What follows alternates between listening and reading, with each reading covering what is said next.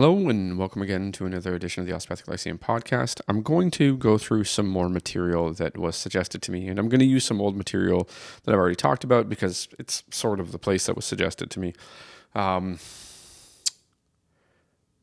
Maybe it wasn't necessarily what was suggested to me, because one of the things that occurred in the discussion that I had was that maybe I should have less concern over the history of evidence-based medicine because the more modern instantiation is the more refined thing. So why am I concerned about the past as opposed to the current instantiation?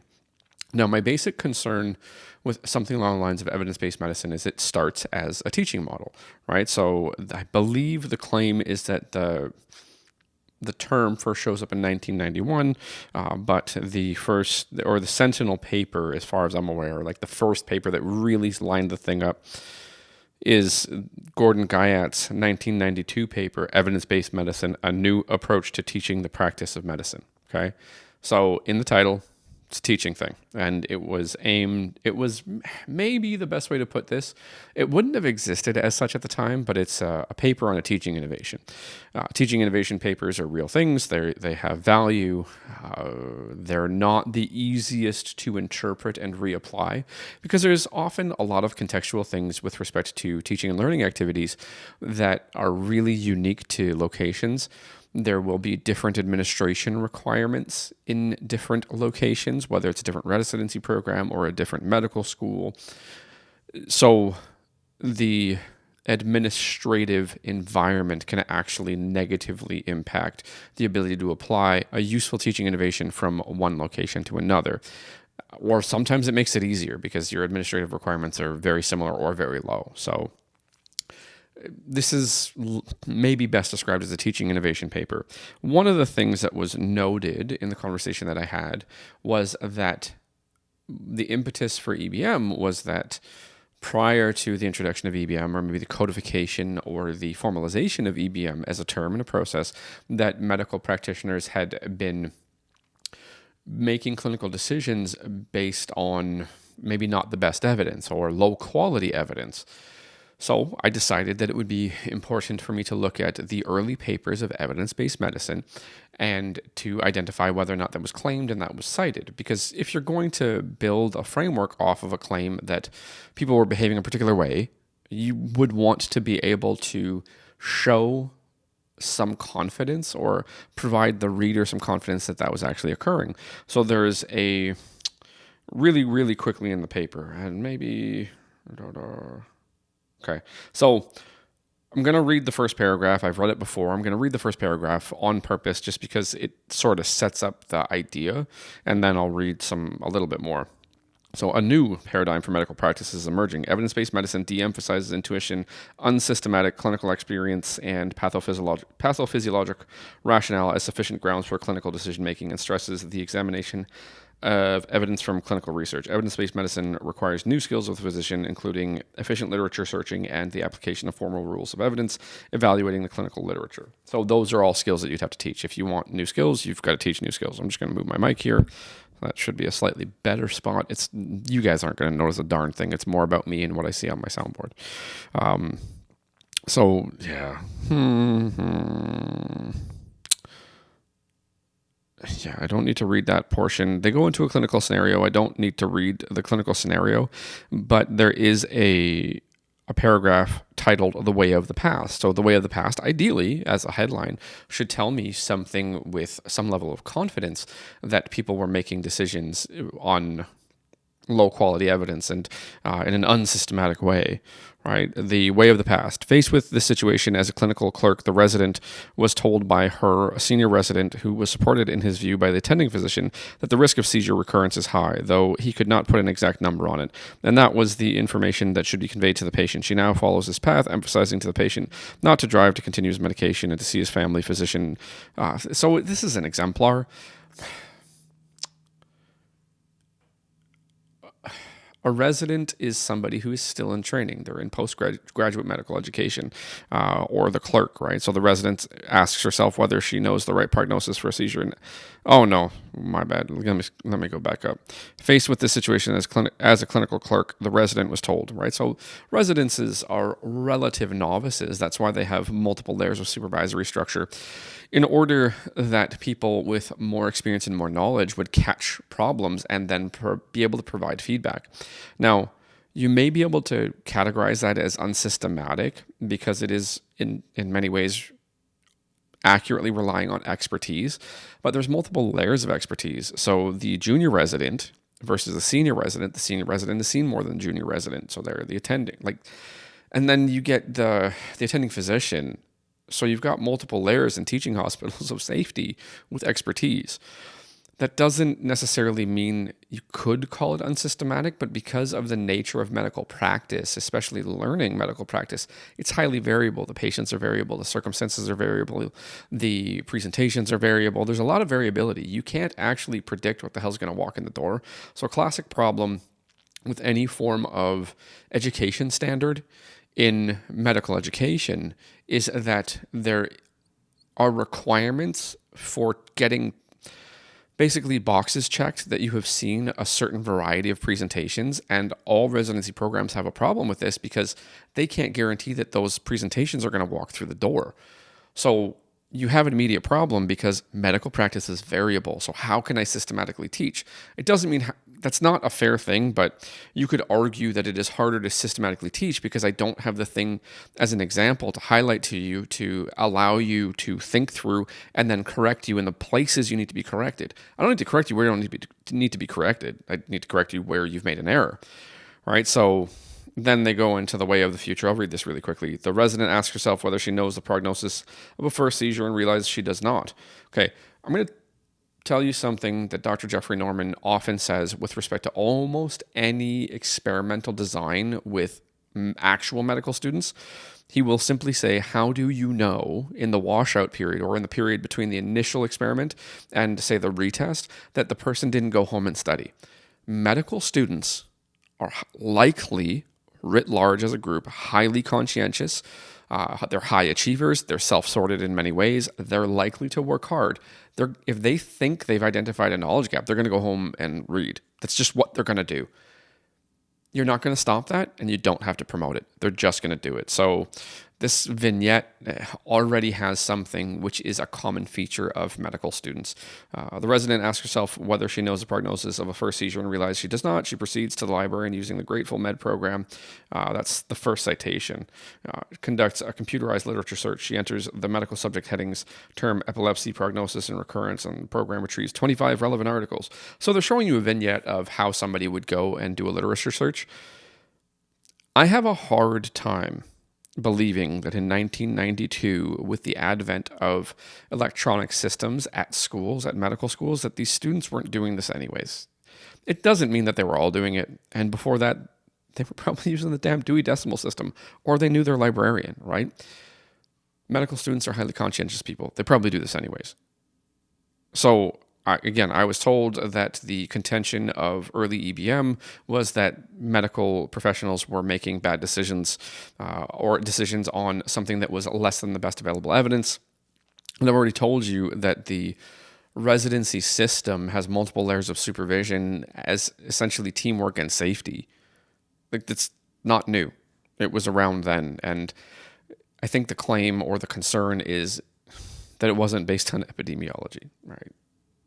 I wish I could say something different. I'd love to say something different because I'm getting kind of tired of myself saying that, like one time at systematic review camp or, like epidemiology is us.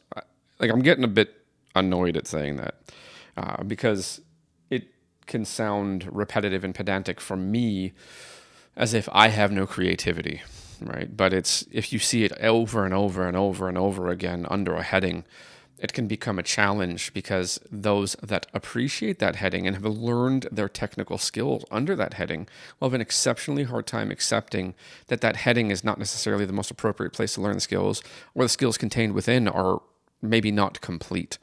So I completely get if people get annoyed at listening to me talk about this, but I think there's value in doing this. Of course, I think there's value in doing it. I'm doing it. I'm recording it.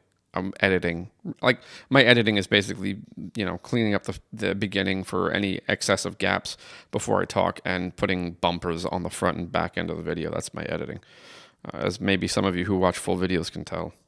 So the next paper I pulled up because it was early. So David Sackett is the other, say, big name in formalized or codified evidence-based medicine. There is history of evidence-based medicine that talks about it coming out of Paris in the early 1900s and things of that nature.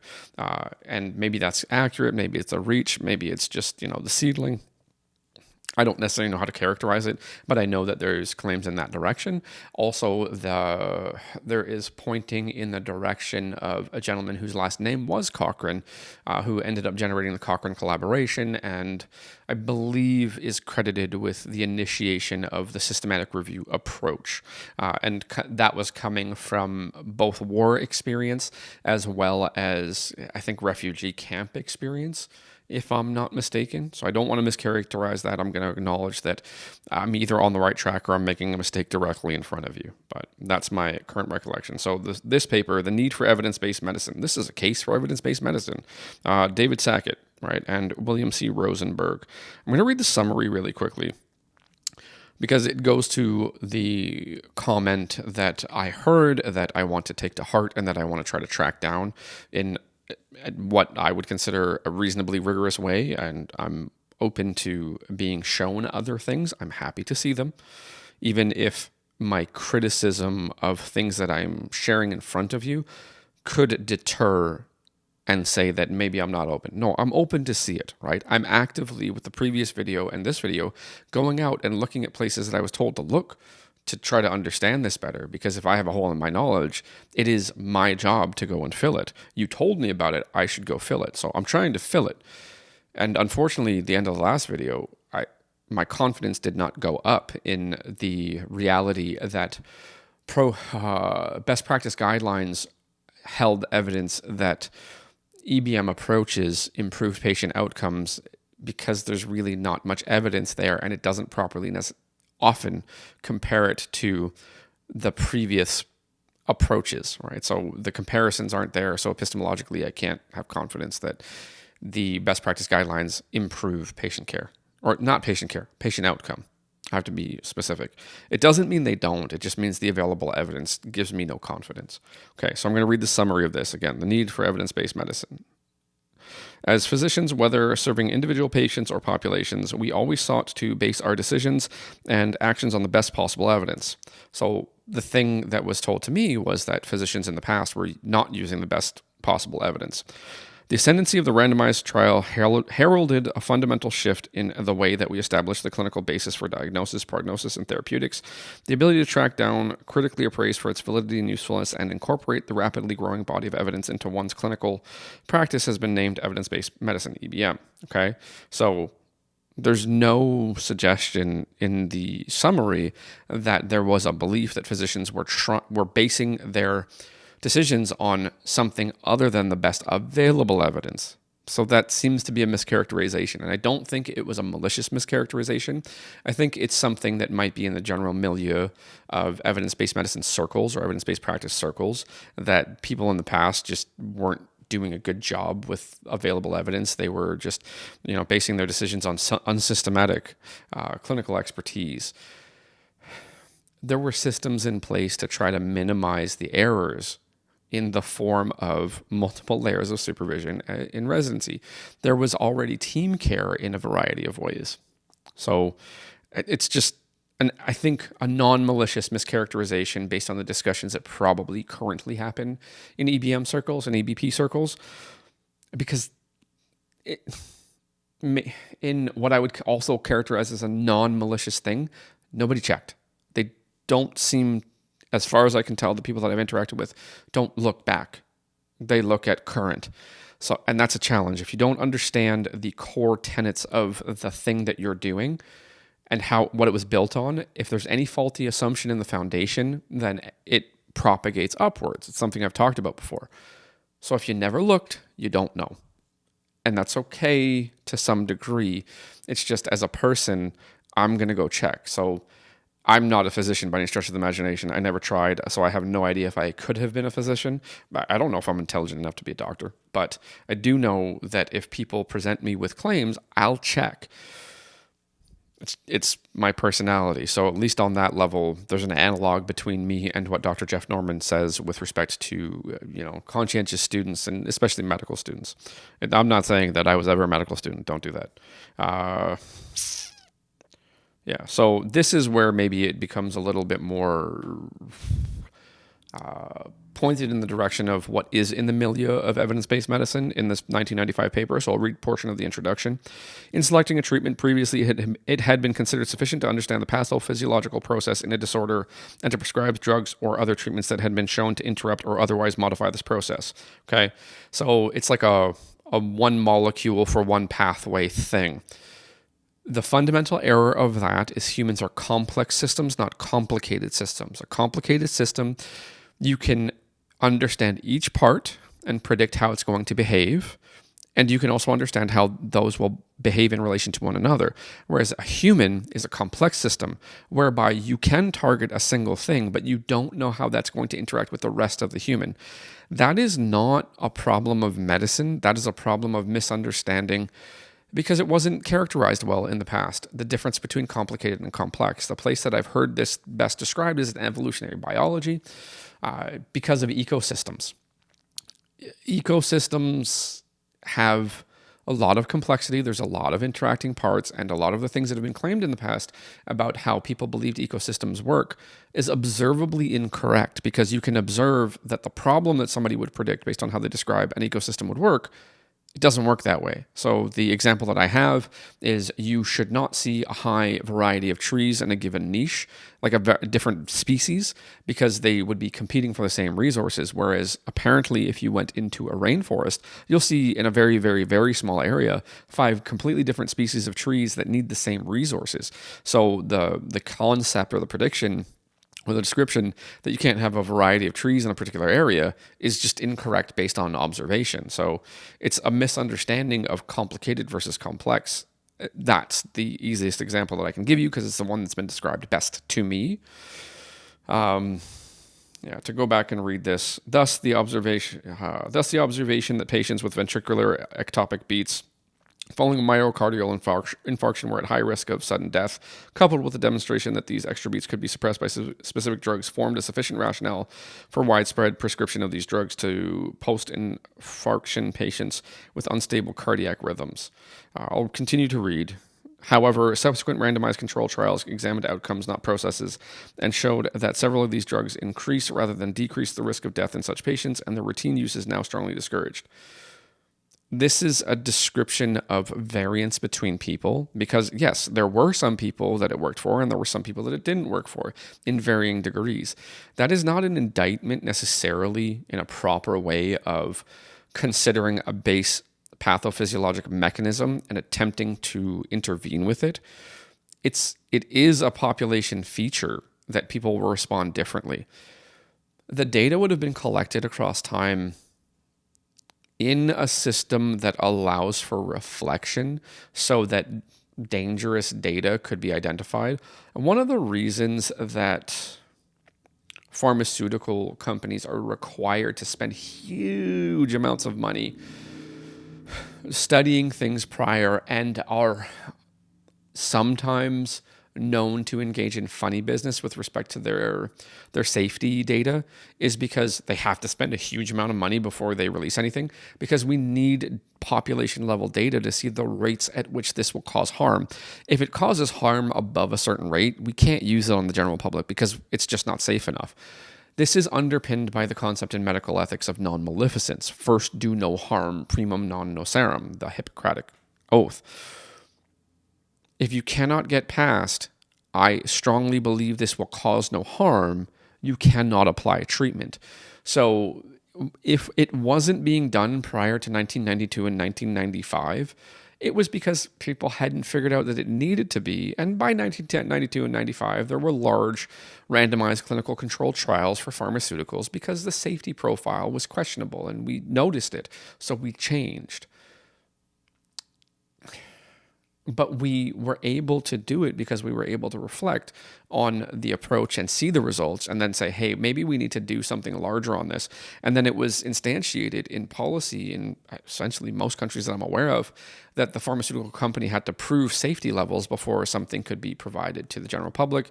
And then you have administrative apparatus like Health Canada, the Centre for Disease Control.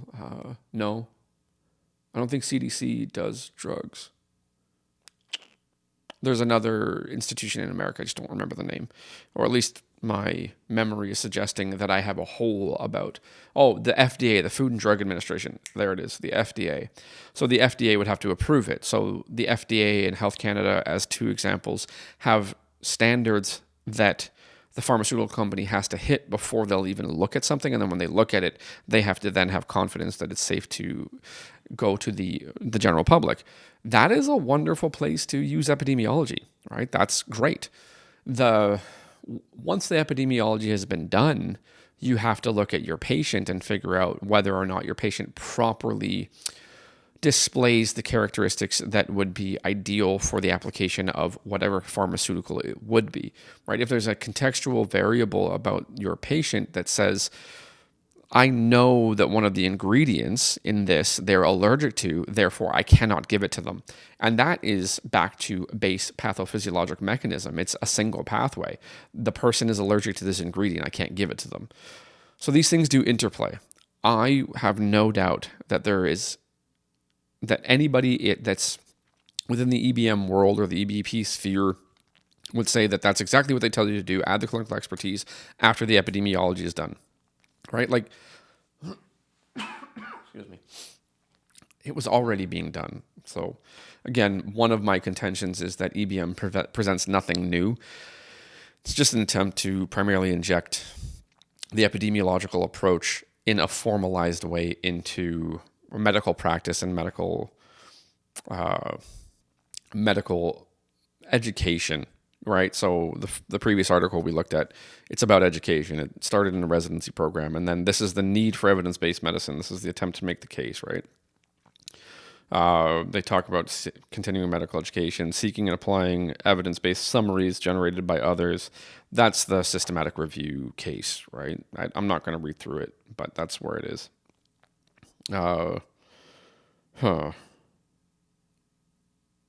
Okay, so this actually just scrolling through because I hadn't seen this. Excuse me. I'm just going to read an itemized list further down in this. There's something that actually was important. So I guess this had happened in 95.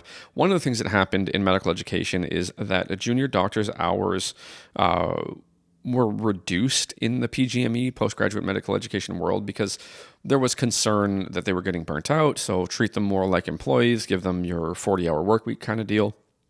And that actually drove up medical error, unfortunately, when you reduce duty hours, because there's more handover, and the junior doctors also weren't with patients consistently across the development of a disease process to have been able to observe the subtle cues of major changes in status. So they just didn't know what they were looking at. So you actually caused harm by being nice to the training physician, unfortunately. It wasn't something that would have been easy to predict necessarily, because nobody would have been able to pick apart that the time spent with patients across the development of a disease state taught people very subtle cues that were exceptionally important for changes in care, especially urgent changes in care. But you can see this here. So the EBM argument, or the argument that Sackett and I believe it was Rosenberg, let me roll up to the top just so I'm not lying. Rosenberg, yeah, Sackett and Rosenberg are giving here is, there's a really quick case that just as I was scrolling through, I saw, I'm like, ooh, they didn't know. So this is way further down. This is at the bottom of page 4. Number 1, with reduction in junior doctors' hours comes the need for greater efficiency, both on their part and on the part of the consultants they leave behind. EBM can help here by identifying which time and resource-intensive maneuvers should be dropped and which retained. I don't like that at all, right? I think it's a case made in good faith, but that's crazy. That's a money case. It's a resource case, right? So you could call it a money case, but it's a resource case. So it's like a time, money, and skill thing. It's a utility case. Just really quickly, too, similarly, EBM helps us identify those clinical acts whose performance will meet the growing demands for increased quality and will help their appropriate purchasing and provision.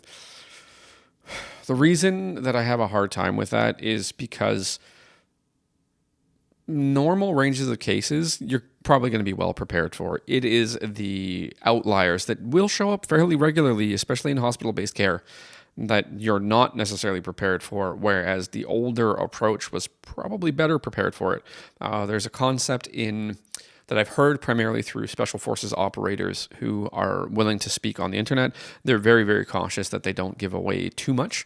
But one of the things they say is 2 is none and 3 is 1. Right? So if you have one of something, you don't have it. Because if anything happens to that, you are now, essentially, the term would be combat ineffective, but you would be mission ineffective. If you have 2, they could both break in very interesting ways. If you have 3, you actually have backup. So you could always be working on 1 while 1 is working, and then you can cycle them through. So the redundancy in equipment is exceptionally important in situations where you could have emergencies. So while this is something that is very nice to hear for policymakers and administrators in hospital systems, this is not good. This is fundamentally bad. The case was made in good faith. I have no arguments there. I think there's no malice, but it's a bad case. 3, as more clinical care is provided by healthcare teams, EBM provides a common language through which we can communicate and rules of evidence which we can agree on who will do what and to whom. I will say that's generally a good case. If you want to reduce medical error, you have very, very clear procedures that everybody knows so that the team can work. And these are ad hoc teams. These are not teams that train together. They're teams that fall together based on shift and timing and particular need. They fall together. So if you have standardized procedures for certain situations and everybody knows them, then anybody on the team can identify when somebody else is making a mistake and give them quick correction, and it works really well. And this is really a big deal for emergency care or urgent things. It works very well. It's not a feature of EBM. It is a feature of standardized process. So standardized process is the better term, the better category. EBM is not the category that describes us well at all. It's a different term. It would dissolve into standardization of care. To really quickly read again, EBM employs identical strategies and tactics for clinical learning for both undergraduate and postgraduate education, including continuing education and professional development. Okay, that's positivism. So positivism being the epistemology that holds, so epistemology being what can be known, how can it be known, and who can it be known by. Positivism says that there is an individual reality that can be identified with appropriate experimentation, and the individual variance of the experimenter is always the problem. So you want to remove the differences between the practitioners. So epistemologically, that sounds really good if you're working on one thing. If you're working on variable things, like so if you're working only on, say, I don't know, pick a car brand. One of my friends used to be a Volvo alternative dealer mechanic, right? So, or dealership alternative is a better way to say it. So there was a Volvo shop. It wasn't within a dealership, but they only worked on Volvos, right? So what you could get is somebody who's really, really good at working on S70s and V70s, but maybe not as good at working on like an XC90. That could happen. It didn't happen because they saw a variety of vehicles, but they were really good at Volvos. So they could do other brands of cars because the fundamental skills are the same, but they would slow right down because they didn't know the job. If you know the job, you go really fast. So humans, unfortunately, are variable things and they respond differently to the same intervention. Anybody who's in emergency medicine would tell you that. Emergency physicians get made fun of by all other specialties because they basically have to know how to stabilize a person and know which service to send them to when they can get them stabilized enough to be admitted. So they get made fun of as the golden retrievers, like they like shiny objects. And I don't think that's fair because I've seen a lot of emergency physicians in higher level, say, supervisory and administrative positions. They're pretty smart folks. And this is, again, the case for evidence-based medicine. So number 5, finally, evidence-based medicine provides us with not only the opportunity to remain up to date in our own and related clinical fields, but also with the scientific framework within which to identify and answer priority questions, right? If you want to put things like practice guidelines at the top of your hierarchy, which are heavily informed by systematic reviews, which require good RCTs, otherwise a systematic review is not actually that useful, then you need base science skills. You don't need the skills that are built on top of it. You want to promote the base science skills, unfortunately, right? It sounds good, but it doesn't work right. I'm going to go to something else that I was told to look at, Sicily statement, which is 2005, because my notation was primarily that evidence-based medicine is a teaching model, and then it was provided to me that it's a clinical model. Well, you need it to be a teaching model so you can teach people the skills that you want them to do that are consistent between individuals so that you can trust that they're all doing them the same. Otherwise, the variance becomes the problem. It's not the problem. It's the person that will solve the problem that you won't. You actually want people to be doing slightly different things because their skill set will be useful by accident at the right time. The Sicily statement is from 2005. So this is like, it's a clinical model. It's a clinical model. It's a clinical model. No, it really, the better characterization, to be fair, is it is an attempt to build a clinical decision-making model, but it's not a good clinical decision-making model, unfortunately. It sounds like it should be, but unfortunately it's not, right? Because in order to get the big data or the large group data, the epidemiological data, you have to end up washing out the variance between people, because that's the statistical issue, that it's just going to wash that variance out. The thing that I am aware that has been done, it's, they've suggested that within the systematic reviews, you've got to look at different patient populations. So it's like, okay, you're learning from the error that was embedded in the process, but it doesn't mean it's easy to do because you still have to get the ground level RCTs done, and it's hard to get ground level RCTs done on a variety of patient populations because they don't show up all the time and they don't show up to the places doing the experiment. Like, it's not easy. And then you've got to be careful because now you got to pay people and maybe it's not working. There was one I was reading at one point. It was talking about the difference between efficacy and effectiveness. Effectiveness is out in the real world. And it's like the efficacy study looks really good, but then you put it out in the real world and the result doesn't look that good. Yeah, because you ran into different people. That's just kind of how it goes. So if you, like, it's messy. Figuring out what the heck to do is messy. Yeah. So just to start, Sicily statement on evidence-based practice: knowing is not enough, we must apply. Willing is not enough, we must do. That's a quote from somebody because it's cited. Healthcare delivered in ignorance of available research evidence misses important opportunities to benefit patients and may cause significant harm. Providing evidence-based care is recognized as a key skill for healthcare workers from diverse professions and cultures. There's 5 citations there. The ability to deliver evidence-based practice promotes individualization of care and assures the quality of healthcare for patients today as well as those of tomorrow. That's there's one citation there. Systematic reviews, epidemiological data do not allow the individualization of care.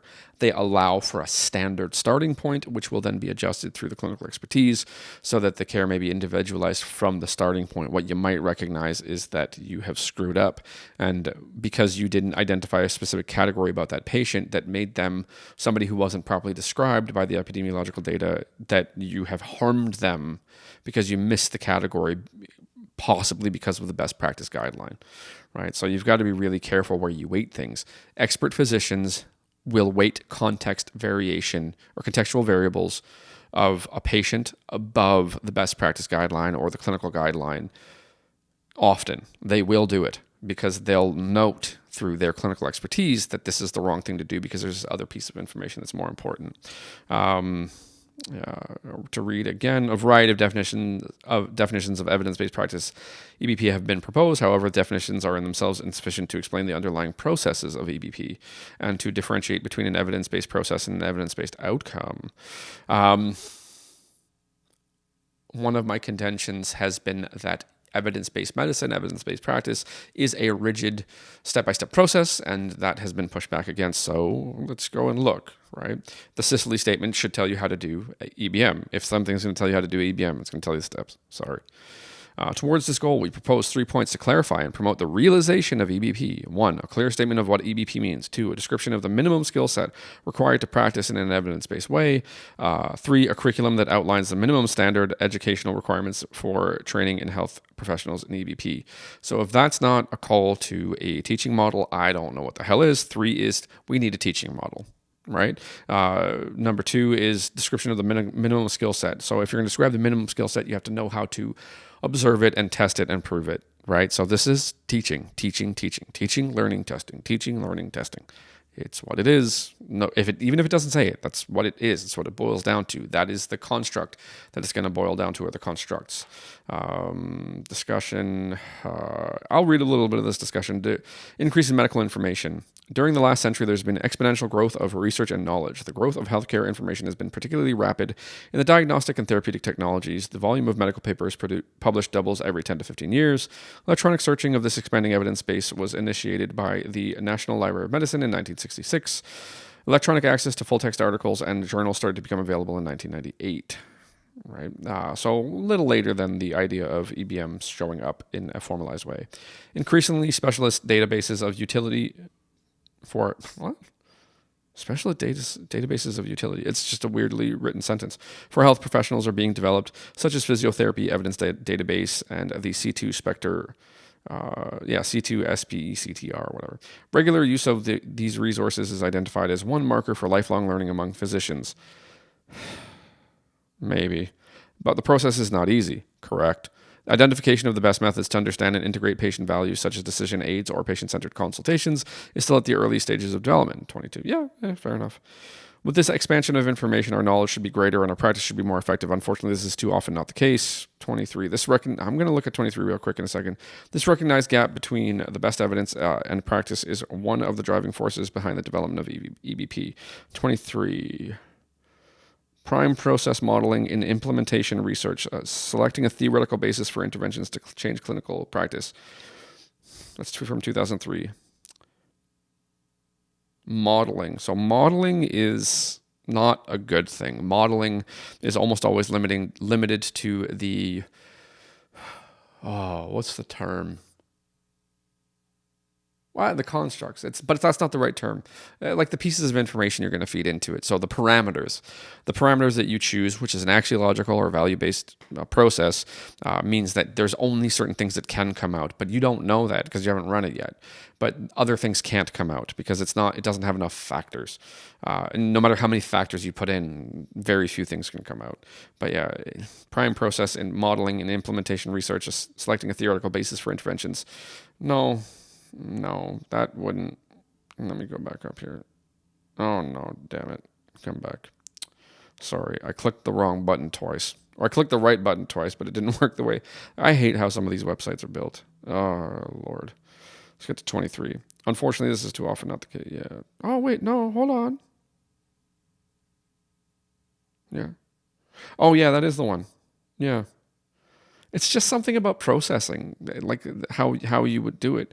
It's not evidence that it's not the case, right? Now, let's just say I read the paper. Maybe there's some evidence that it's not the case, but my confidence is low. And, Now, the second section here, clinical decision making. Okay, so it's a clinical model. It's a clinical decision making model, which means you need to teach people explicitly how to make these decisions. So it still boils down to teaching as a construct. Good practice, including effective clinical decision-making. Step 4 of the EBP process requires the explicit research evidence and non-research knowledge. Again, this is weird writing, and I don't know why. Now, I'm not going to assume that it's because of the native languages of the writers, but because I would assume that people with a variety of language backgrounds are writing. But anyways, there's just some weird sentences here. Non-research knowledge, tacit, and in brackets, tacit knowledge or accumulated wisdom. Clinical decision-making is the endpoint of a process that includes clinical reasoning, problem-solving, and awareness of patient and health care context. That's correct. This process is uncertain and frequently no correct decision exists. I've said that before. That is accurate. or maybe the best way to say it, it's an accurate representation. EBP can help with some of the uncertainties in this decision process by using the explicit knowledge obtainable from research information. But to do so, the research information must be transformed into clinicians' knowledge. So knowledge translation, yeah, like the pretty standard. This is there in medical education. Information can be defined as data that has been sorted, analyzed, and displayed and communicated through language, graphic displays, or numeric tables. And if somebody's screwed up and you don't know, you're not going to find out. You're going to work on the screwed up output. That's why I advocate for basic research skills as opposed to how to read a paper. Like, you need to know epistemology, ontology, axiology, utility, reliability, validity. There's at least 7 different types of validity now. I think there's more. Like, there's face validity, construct validity. Those are the ones that I'm going to have most consistently in my head because they're the ones that I have happened to have the most contact with. But there's other forms of validity, and I feel like they're growing. It's like they're rabbits or something. Yeah. To read. Explicit knowledge is then the meaning people create using this information and its application through action in specific settings. So the meaning people create, that is a call to constructivism, that epistemologically what can be known, how it can be known, and who can it be known by is dependent on the individual, their previous experience, and the current environment of observation. So embedded within this in a way that I'm not sure that the writers understand, and maybe they do, is that clinical reasoning, clinical decision-making is probably best described within a constructivist epistemology, where EBP wants a positivist epistemology. Unfortunately, although my preference is a positivist approach to most things because it's easier to get agreement on, agreement can exist, whereas in a constructivist epistemology, agreement is hard.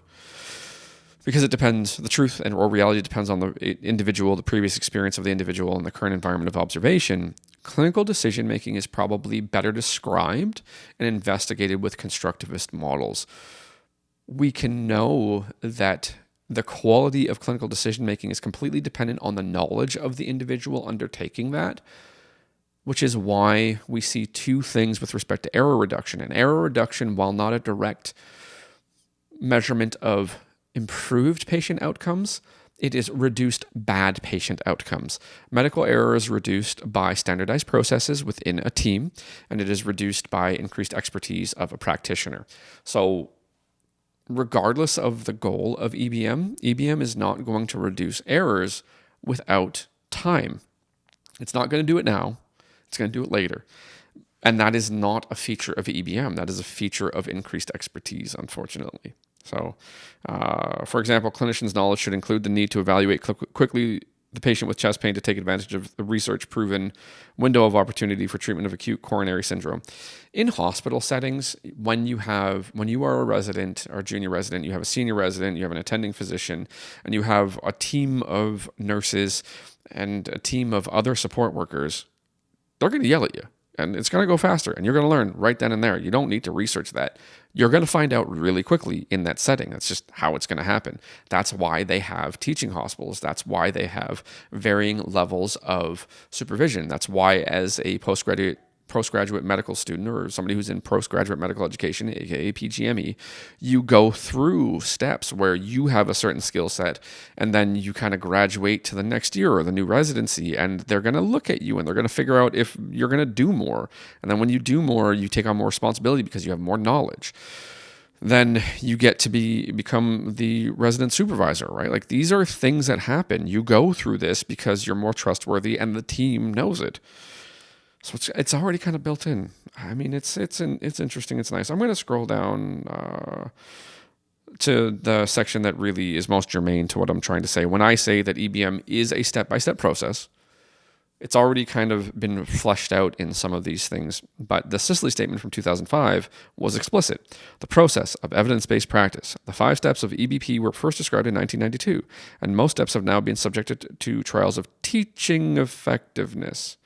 Now, teaching effectiveness just means it's mostly going to be measured by what did you know before, I teach you, and what did you know after? And in almost every test that's more or less a direct measurement of the exact same piece of information without really any transfer circumstances, people are going to look better on the retest.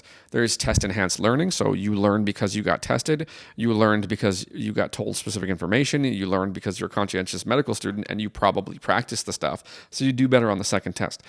That's not honestly the best way to do it, because you would need to look way further out in time and see if this was impacting people. But yeah, translation of uncertainty to an answerable question, step 1.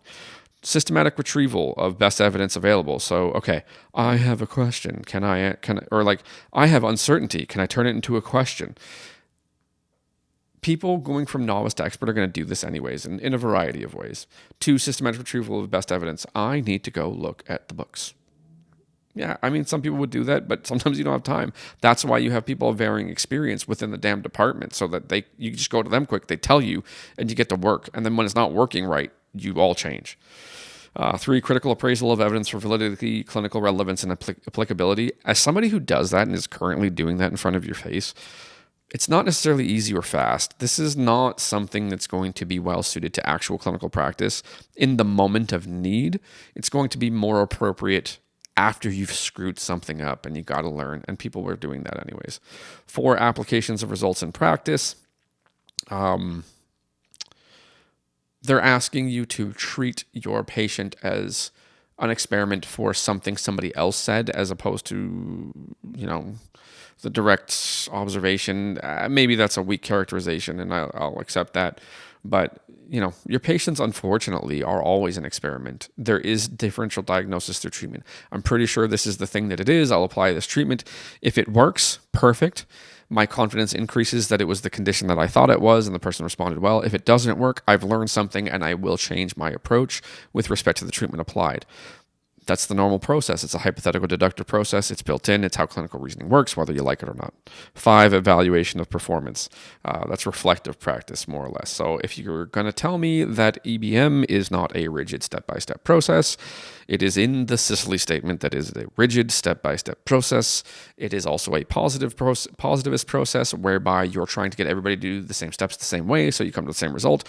Well, if you come to the same results, those things that cannot be solved by that step-by-step process, done the same by everybody to come to the same results. If the answer is outside of that, you can't answer it, patient dies. So good luck with that. You need variability between people. It's already built in, and you don't have to do anything about it. They're just different. I am going to now, you've been listening for a long time if you're here, and good on you. You're tough. Blah, blah, blah. So I'm going to go to a paper that my thesis supervisor, Sandra Montero, was the primary on. Dr. Jeffrey Norman was the second author, and Jonathan Sherpino was the third author. It's the 3 phases of clinical reasoning, epistemological exploration of disparate error reduction strategies. So you could attempt to characterize EBM as an epidemiological attempt, or an attempt to reduce errors through epidemiology. But the problem is the patients are variable, so the epidemiology could lead you to bad choices because you can't tell that the patient is presenting another category that does not properly apply to the epidemiological research available. And epidemiological research, unfortunately, is not the strongest. Because if you look at systematic reviews, they'll often tell you, especially in fields like medicine, that the evidence is not the strongest. It's probably worse in complementary alternative practices. So I know that not a lot of people like that term, but something like osteopathy, something like massage, these are not considered traditional medical practices, even though they are very old. Massage, much older than osteopathy, but they're just outside because they weren't there at the start. If you weren't there at the start, people call you different names. Sometimes it's because they're jerks. Sometimes it's just because they know no different. You know what? Do I have to do all that? Okay, so I'm going to read the 1.2.6 in this paper. I'll read this and then I'll get through the discussion really quickly. The evidence behind clinical knowledge and experience. An intuitive hypothesis supported by classic research on clinical reasoning is that the acquisition of clinical knowledge and experience is a characteristic of expert diagnosticians, 2 citations. More objective evidence come from standardized measures of academic performance that have been shown to moderate predictors of later clinical performance, 2 citations. Therefore, we suggest that one strategy for reducing diagnostic error is to improve both formal and experiential knowledge. That is, of course, the essence of education. So in the educational setting, if you can essentially give people the opportunity to commit an error, you can correct it because it's in the educational setting.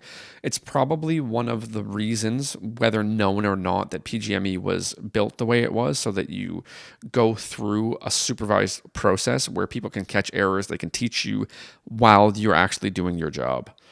To read again, such a strategy may be viewed as complementary to more recent strategies designed to enable clinicians to more effectively mobilize their present knowledge. So to stop there, one of the real problems with any form of knowledge-based work or something that requires you to make a decision based on previous knowledge is that you have to know that the piece of knowledge that you do have applies to the current situation, and you don't always know. This is why there's transfer issues, right? I've talked about that in the past. I'm not going to harp on it right now. If you want me to, I can, but you're not talking to me right now. I'm talking to you. So no. That is, there is growing evidence that carefully designed decision aids may facilitate previously acquired knowledge, right? Because what it's doing, what a decision aid a decision aid could give you a piece of information or a prompt that would make you call on the piece of knowledge you didn't know could fit there. In particular, the literature has shown that small but consistent benefits of deliberate reflection, 2 citations, and diagnostic checklists, 1 citation. Diagnostic checklists work okay, but they don't necessarily, if they ask you to generate multiple alternate diagnostics, your accuracy often goes down, unfortunately. So the more it forces you to generate multiple diagnostics or DDXs, your certainty drops as well as your accuracy. Both classes of error reduction tools explicitly draw attention to discrete clinical features and intentionally create associations between the current patient case and prior knowledge, consistent with the concept that being able to delineate typical and atypical clinical patterns is a sign of expertise. The deliberate reflection protocol designed by Mehmed, Schmidt, and colleagues helps the less experienced clinician highlight the inconsistent or atypical features that may call a diagnostic hypothesis into question. 3 citations.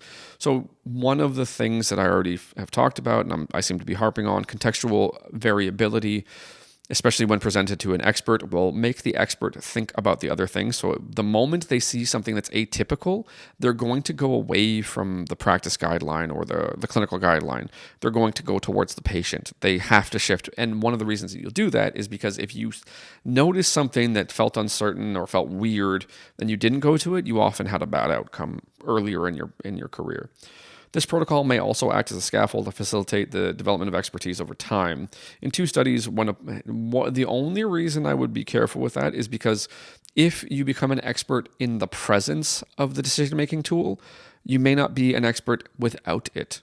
It's just a caution. It's not something that necessarily is true. It's just a caution. In 2 studies, when applied to complex cases, there was a small benefit in improving the hypothesis confirmation phase for medical residents, 2 citations. Diagnostic checklists have also been beneficial in the interpretation of ECGs. When given to the clinicians with more, over 8 years experience, or less, 2 to 3 years experience with ECGs, there were fewer errors at the hypothesis confirmation phase. That's 2 citations. However, the greatest benefit was measured for less experienced clinicians who corrected almost 3 times as many errors as more experienced clinicians. So this is a deal. If you're looking at error reduction, just being an expert reduces errors, not because it's accidental, but because you've generated errors or you've made mistakes and you've learned from them. Like it was happening anyways. Thus far, this paper has focused on perspectives regarding the necessary knowledge or skills to improve the hypothesis confirmation System 2 phase. The System 2 thing is like System 1 and System 2 thinking, which, at least with respect to clinical decision making, doesn't seem to apply because if you do accurate diagnostic experiments, those who identify a diagnostic faster are more accurate because they know more, they can tune into the situation faster. Those who are slower, well, they just don't know, so they are less accurate. It doesn't mean they're completely inaccurate, but they are less accurate. Strategies, yeah. Given the central role of hypothesis generation in reasoning, it would appear that strategies could be devised to enable students to enhance the exemplars available to hypothesis generation. Strategies such as mixed practice with multiple cases, feedback, and testing have been demonstrated to be useful. 2 citations. There is the feedback, mixed practice, multiple cases. So you're looking at a far transfer thing. So there's something that I want you, that you may not be able to touch, see, or hear, but it's omnipresent. It's kind of a thing. It can be described, especially if you describe it explicitly, and you give people the opportunity to utilize it with varying superficial details, right? The deep thing's always there, but the superficial details change. They get a little bit better. And feedback. So you make an error and your instructor tells you made an error that you didn't know you made. There's growing evidence within the science of learning that specific strategies are effective at improving the retention of information as well as the transfer of knowledge to new contexts. 3 citations. These strategies should be explored for the potential to improve knowledge retention and consequently reduce errors. And this paper I think was like 2016. I'm going to scroll up real quick just to see when the heck it was. When was it? 2018. I was wrong. Yeah, so 2018. Okay. So we got 2018. I'm just going to go down here to the discussion. The current paper reviewed 3 distinct perspectives of clinical reasoning as they pertain to reducing diagnostic errors. We have offered a summary and interpretation of each perspective, the proposed error reduction strategies, and the supporting evidence. While the 2 dominant perspectives, heuristics/biases, that's system 1 and system 2 type things, and population epidemiology lack convincing evidence, the exemplar associative perspective offers a more promising outlook for reducing errors. And the reason it does that is because it's more an expertise model. It's moving from novice to expert because that's what seems to happen to people throughout a career arc. So it lines up better with observable reality than the high-minded System 1, System 2 heuristic, thinking fast, thinking slow does, as well as the epidemiological approach. They're high-minded, they have high hopes, they're being done because people have perspectives and they think it's going to be great, but when you examine it, it just doesn't seem to do much. Why then do different viewpoints persist, each with a different and conflicting interpretation on the nature of error in clinical decision-making? We offer 3 potential explanations. First, the dominance of the heuristic bias and population epidemiology viewpoints may lie within the very nature of medicine and clinical practice, ambiguity. So I didn't remember this part of the paper, but one of the things that I note is that uncertainty, aka ambiguity, is a really challenging thing for a lot of people, and it is constant in healthcare practice. It's absolutely constant, regardless of how you think about it. If you have high confidence that you know exactly what's going on, especially in manual therapy, this is an issue. The lack of clarity around clinical decisions may lead clinicians to look for general guiding principles that can alleviate ambiguity. And one of the things that was said in the Sackett paper, no, it was the Sicily statement. I think it was the Sackett paper and the Sicily statement. My memory is not perfect, and it's in front of you, so I'm just acknowledging that. But one of the things was to reduce uncertainty and ambiguity with the EBM approach. These approaches also offer educators a clear language and a structure to teach reasoning. The allure of discrete black and white algorithmic science type reasoning is that it does not rely on unobservable, non-analytic cognitive processes that are difficult to explain or control. This is one of the major problems with cognitive psychology, that you can't directly observe a thought. So there is uncertainty, but you can look at input and output and you can develop higher confidence that certain things are happening. Many clinician educators may acknowledge that they cannot teach everything, so instead an investment in improving general reasoning or thinking skills is a viable alternative. Unfortunately, general thinking skills don't work. It's more specific than that, unfortunately. Although this strategy correctly acknowledges limitations of time and resources, it assumes that clinicians will have an easier time applying probabilistic rules than increasing experience or knowledge. 2 citations there. Second, we propose that the dominant approaches offer a blame-free solution. You get to blame your unconscious heuristic or a shortage of clinical trials and epidemiological data, not your lack of clinical knowledge. Educators may be averse to accuse a clinician of missing core knowledge in medicine. Instead, it may be more palpable to offer all trainees generalizable principles that address seemingly ubiquitous cognitive biases or ineffective statistical reasoning.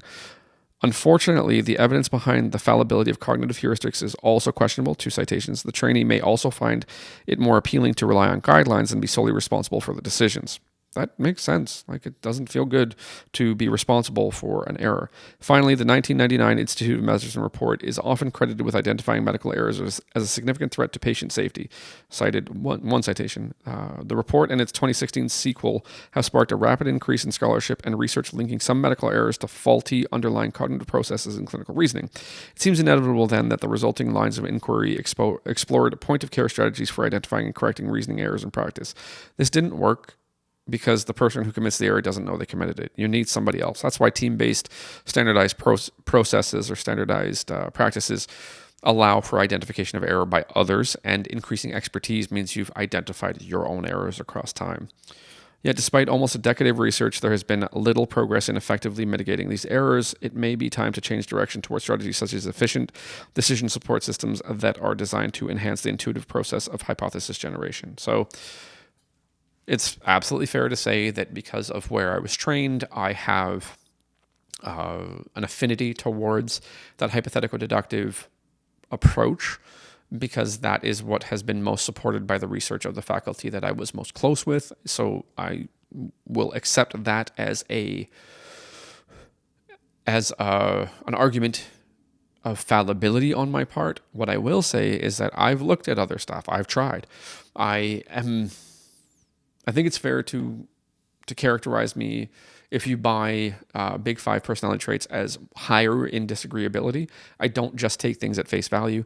I utilize my own camera, my own time, and put this out to you so that maybe you can listen to the stuff I'm saying and learn something from it, because I'm trying to show the process of testing things that have been said to me and trying to show good behavior, looking at the actual evidence and sharing it with you so you can learn from it. Because I'm learning from it in the process, and I'm also improving certain skills, such as communication skills. I'm clearly not getting faster at it because I'm sharing more information and trying to build a case. So again, if you're here, you're a champ. You've listened for a long time, and I appreciate it. But the general challenge is that if you buy into something that somebody built before you with no questioning, then whatever errors are there, you have now rented from them. You've purchased the errors of somebody before you without checking. I just have this personality where I go check. So while you could argue that I just line up with the faculty that I was most associated with, I check the stuff. And if you care to go and watch years of videos, you'll see that I check this stuff. So, again, if you've listened this far, hopefully you've learned something. Once again, unfortunately, just the EBM approach, it has value in very particular places. It's really valuable for approving pharmaceutical interventions and, on some level, approving surgical interventions. However, surgical innovation is never going to have large data, so you kind of have to go on small data.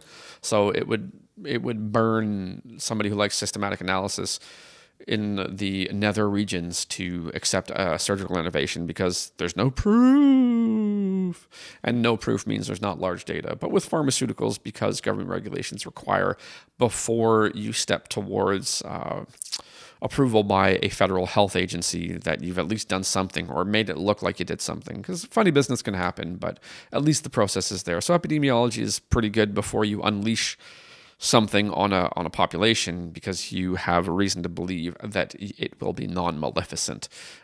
There's arguments that a lot of medical interventions don't cross the threshold for non-maleficence, but it is a lonely world to own your own error, as the end of the paper that Dr. Sandra Montero was the primary on, again, my thesis supervisor, that owning the error and owning your lack of knowledge is lonely, it is uncomfortable, but if the error was embedded in the rules that somebody else put forth with you, well, it was their fault.